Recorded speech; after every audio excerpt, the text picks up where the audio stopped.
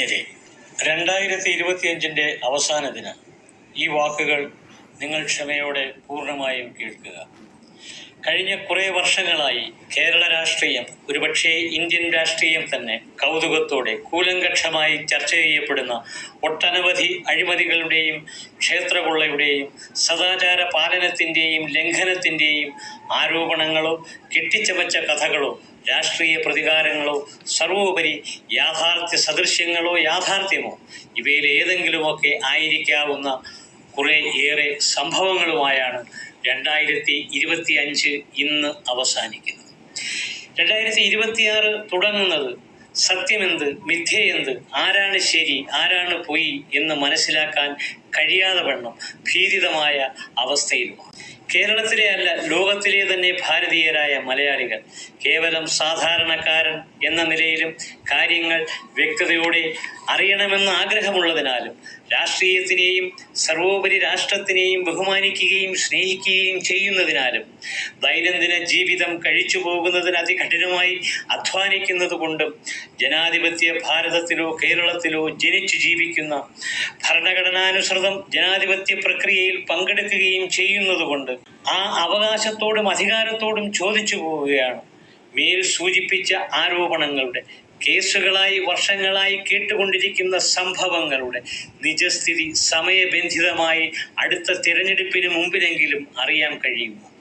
ജനാധിപത്യത്തിൻ്റെ 4 താങ്ങൽ സ്തംഭങ്ങളോടാണ് ഈ ചോദ്യം എന്നത് മറക്കണ്ട. എന്താണ് നിങ്ങൾ 4 തൂണുകളും രാഷ്ട്രീയ നേതാക്കന്മാരും ജനങ്ങളെക്കുറിച്ച് ധരിച്ചു വച്ചിരിക്കുന്നത് എന്ന് മനസ്സിലാക്കുന്നതേയില്ല. കേവലം സാധാരണക്കാരായിരുന്നു, അല്ലെങ്കിൽ സർക്കാരും രാഷ്ട്രീയ പാർട്ടികളുമായി ബന്ധമില്ലാത്തവരായിരുന്നുവെങ്കിൽ എന്താകുമായിരുന്നു അവരുടെ അവസ്ഥ? SIT, ED, CBI, ക്രൈംബ്രാഞ്ച്, ഈ സ്ഥാപനങ്ങൾ, അവിടുത്തെ ഉദ്യോഗസ്ഥർ, കേരള പോലീസ്, ജുഡീഷ്യറി എന്ന് വേണ്ട മാധ്യമങ്ങൾ, ഇവരുടെയൊക്കെ പ്രതികരണങ്ങൾ ഞങ്ങൾ ചിന്തിച്ചു പോകുന്നു. അതവിടെ നിൽക്കട്ടെ, ഞങ്ങൾ സാധാരണക്കാർ നിയമം പാലിക്കണം, സമ്മതിച്ചു. എന്നാൽ എന്തൊക്കെ പറഞ്ഞാലും എങ്ങനെയൊക്കെ വിശദീകരിച്ചാലും മേൽപ്പറഞ്ഞ എല്ലാ അഴിമതി, കൊള്ള, സദാചാര സംഭവങ്ങളുടെ ഒരു വശത്ത് കേരളത്തിലെ ഭരണകൂടത്തിലെ ഒരു പ്രമുഖ പ്രസ്ഥാനവും അതിൻ്റെ ഇന്നത്തെ ഇൻ്റർനാഷണൽ നേതാക്കന്മാരോ അവരുടെ സഹയോഗികളോ ബന്ധുക്കളോ പരിചയക്കാരോ അവരുടെയൊക്കെ ബിസിനസ് സ്ഥാപനങ്ങളോ കടലാസ് കമ്പനികളോ ആണെന്ന കാര്യം വിസ്മരിക്കുന്നത് എങ്ങനെ? ഇതൊക്കെ കേവലം ആരോപണങ്ങളാണെന്ന് കരുതുക. പക്ഷേ 100 കണക്കിന് കോടി രൂപയുടേതാണ് ഈ ആരോപണങ്ങൾ. രാജ്യസുരക്ഷയെയും നാടിൻ്റെ ആരോഗ്യവും വിദ്യാഭ്യാസവും പാരിസ്ഥിതികവും സാമ്പത്തികവുമായ പ്രശ്നങ്ങളുമായി ഇവയ്ക്ക് ബന്ധമുണ്ട്. അതൊക്കെ ഞങ്ങളെ ബാധിക്കുന്നതാണ്. അതുകൊണ്ട് തന്നെ ഇതിൽ കള്ളന്മാരാര് അല്ലാത്തവരാര് അതറിയാനുള്ള അവകാശം ഞങ്ങൾക്കുണ്ട്. എന്തെങ്കിലും അറിയുക എന്നതല്ല, ആധുനിക സാങ്കേതിക വിദ്യയുടെ ലോകത്ത് എത്ര വേഗം ആകാമോ അത്രയും വേഗം അതറിയുക തന്നെ വേണം. ഇല്ലെങ്കിൽ നിങ്ങൾ 4 തൂണുകളുടെയും അവഗണിക്കുന്ന ഒരു പുത്തൻ ഘടന വാർത്തെടുക്കാൻ സാധാരണക്കാരൻ തുനിഞ്ഞിറങ്ങേണ്ടി വരും. സാധാരണക്കാരൻ്റെ വെൽഫെയറിൻ്റെ പേര് പറഞ്ഞ് അധികാരത്തിലെത്തി അവൻ്റെ ദുരിതങ്ങൾ പറഞ്ഞ് ലോകം മുഴുവൻ ഇറങ്ങി കൈനീട്ടി തെണ്ടി ആ പണം ഇവിടെ കൊണ്ടുവന്ന് അതിൽ ഭൂരിഭാഗവും തങ്ങളുടെയും ബന്ധുക്കളുടെയും പേരിലാക്കി അവരുടെ മക്കളെയും ചെറുമക്കളെയും വിദേശത്തും ഉന്നത സ്വകാര്യ സ്ഥാപനങ്ങളിൽ പണം കൊടുത്തും എല്ലാവിധ ആഡംബരങ്ങളോടും പഠിപ്പിച്ചും വളർത്തിയും തങ്ങളുടെ അധികാര കേന്ദ്രങ്ങളുടെ ഉന്നതങ്ങളിൽ ഉപവിഷ്ടരാക്കാനാണ് തയ്യാറാകുന്നത്. അവർക്ക് സാധാരണക്കാരെയും പാവപ്പെട്ടവനെയും വെറുപ്പാണ്, അറപ്പാണ്. അത് ഞങ്ങൾ മനസ്സിലാക്കുന്നു. അവർ ആരെന്ന് അറിയാമെങ്കിൽ ഈ ആരോപണങ്ങളുടെ സത്യം വെളിവാവുക തന്നെ വേണം എത്രയും വേഗം. നോക്കൂ സുഹൃത്തുക്കളെ, ഈ അഴിമതി ആരോപണങ്ങൾ എൻ്റെ ഓർമ്മയിൽ ഏറ്റവും പഴക്കമുള്ളതാണ് ലാവ്ലിൻ കേസ്.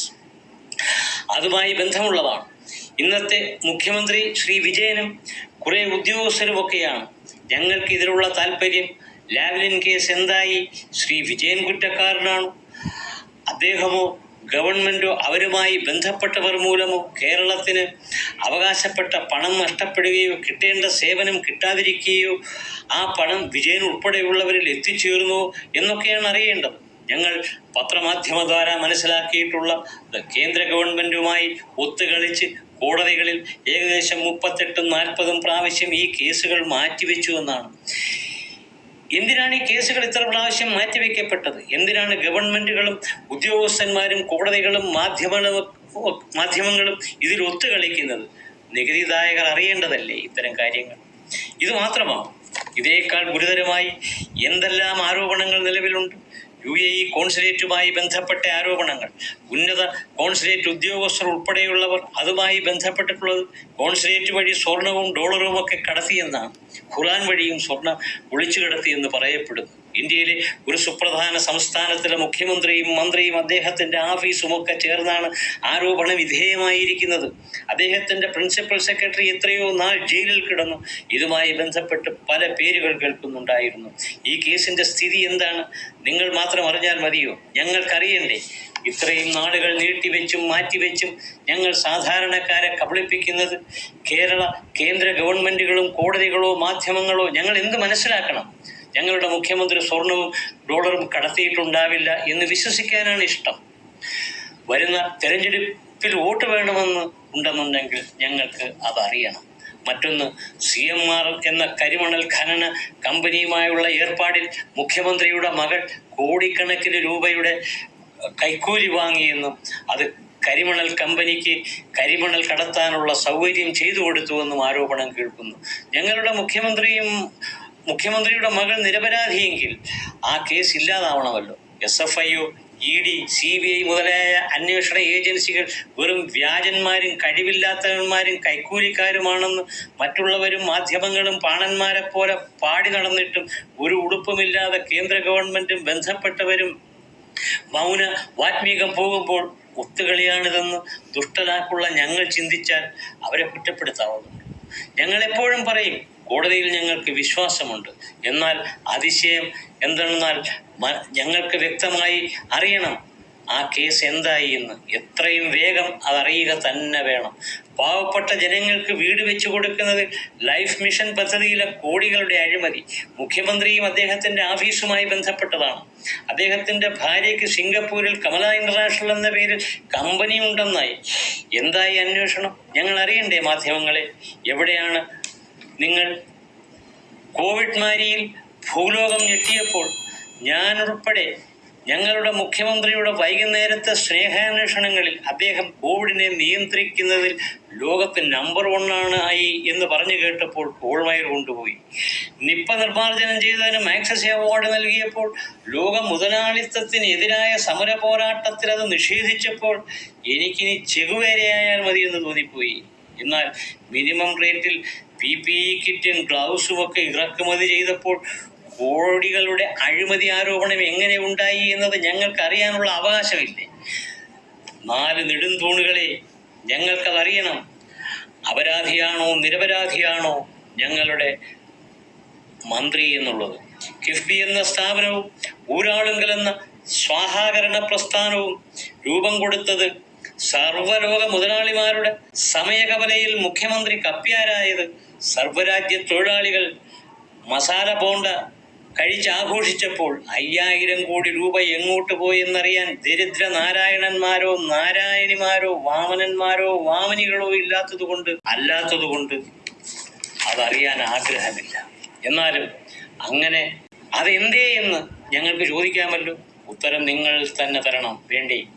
2018 പ്രളയകാലത്ത് ശബരിമല ശാസ്താവ് മാളികപ്പുറത്തമ്മയെ കല്യാണം കഴിച്ചതിനാൽ കമ്മ്യൂണിസ്റ്റ് മാനിഫെസ്റ്റോ പ്രകാരം ഏതു പ്രായത്തിലും ഏതു രൂപത്തിലും ഏതു ഭാവത്തിലും ശബരിമലയിൽ പോകാനും പ്രാർത്ഥിക്കാനും സ്ത്രീകൾക്ക് അവകാശമുണ്ടെന്ന് സ്വരാജ് നിന്തിരുവടി എന്ന ദൈവജ്ഞന്റെ മേൽനോട്ടത്തിലായിരുന്നു ആ കല്യാണമെന്നും പമ്പയിൽ ലോകരാജ്യ പ്രമുഖരുടെ സമ്മേളനം വിളിച്ചു പ്രഘോഷിച്ചത് അറിയാതെയല്ല ഞങ്ങൾ അടിയങ്ങൾ കുപ്പമാടത്തിൽ കഴിയുന്നത്. എന്നാലും ഭഗവാന്റെ സ്വർണം രേഖകളില്ലാതെ കടത്തിക്കൊണ്ടുപോകാൻ എൻ്റെ മുഖ്യമന്ത്രിയുടെ ഭരണകാലത്ത് ഒരു മഹിഷാവതാരം പോറ്റിയുടെ രൂപത്തിൽ വന്ന് കണ്ട് കീഴടക്കിയെങ്കിൽ ഞങ്ങൾക്ക് അറിയണ്ടേ തൂണുകളെ അതെവിടെ പോയി എന്ന്? എൻ്റെ മുഖ്യമന്ത്രിക്ക് അറിയണ്ടേ? ഞങ്ങൾക്കറിയാം അദ്ദേഹത്തിൻ്റെ കൈകൾ പരിശുദ്ധമാണെന്ന്. ഞങ്ങൾക്കറിയാം അദ്ദേഹത്തിൻ്റെ മടിയിൽ കനമില്ലെന്ന്. ഞങ്ങൾക്കറിയാം അവ കേരള സൃഷ്ടിക്കായി അദ്ദേഹം പരശു ധരിച്ച രാമനായി രൂപാന്തരം പ്രാപിക്കുകയാണെന്ന്. അദ്ദേഹത്തിൻ്റെ പരമവൈഭവ യാത്രയുടെ പാതയിൽ തടസ്സം നിൽക്കുന്ന ഇത്തരം പരനാറി നികൃഷ്ട ജീവികളെ സംരക്ഷിച്ചെടുക്കേണ്ട ഉത്തരവാദിത്വം നിങ്ങൾക്കില്ലേ? അങ്ങനെ ശബരിമലയിൽ ഉണ്ടായിരുന്നെങ്കിൽ അതെവിടെ? ഇല്ലെങ്കിൽ എന്തിനീ ആരോപണം? സത്യം ഞങ്ങൾക്കറിയണ്ടേ? ഞങ്ങൾക്ക് അവകാശമില്ലേ? സുഹൃത്തുക്കളെ, ഒരു ഉപസംഹാര മൂഡിൽ നിന്നുകൊണ്ട് ഞാനൊന്ന് പറഞ്ഞുകൊള്ളട്ടെ. ശബരിമലയിലെ സ്വർണ്ണ കേസ് ഉൾപ്പെടെ ഒന്നും തെളിയാൻ പോകുന്നില്ല.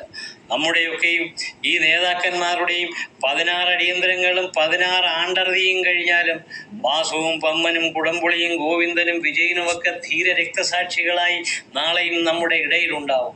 ഒരു കേസിൻ്റെയെങ്കിലും നിജസ്ഥിതി പതിരും തെളിഞ്ഞിരുന്നെങ്കിൽ കോടതിയുടെയെങ്കിലും വിശ്വാസ്യത ചോദ്യം ചെയ്യാതെ കഴിക്കാമായിരുന്നു.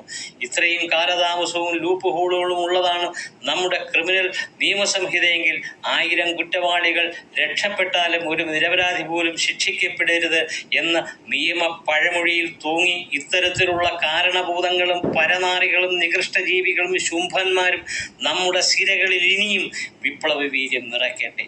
നമ്മുടെ ജയിലറുകളിൽ വീരസഖാക്കൾ 1000 പരോൾ ദിനങ്ങൾ ലഭിക്കട്ടെ.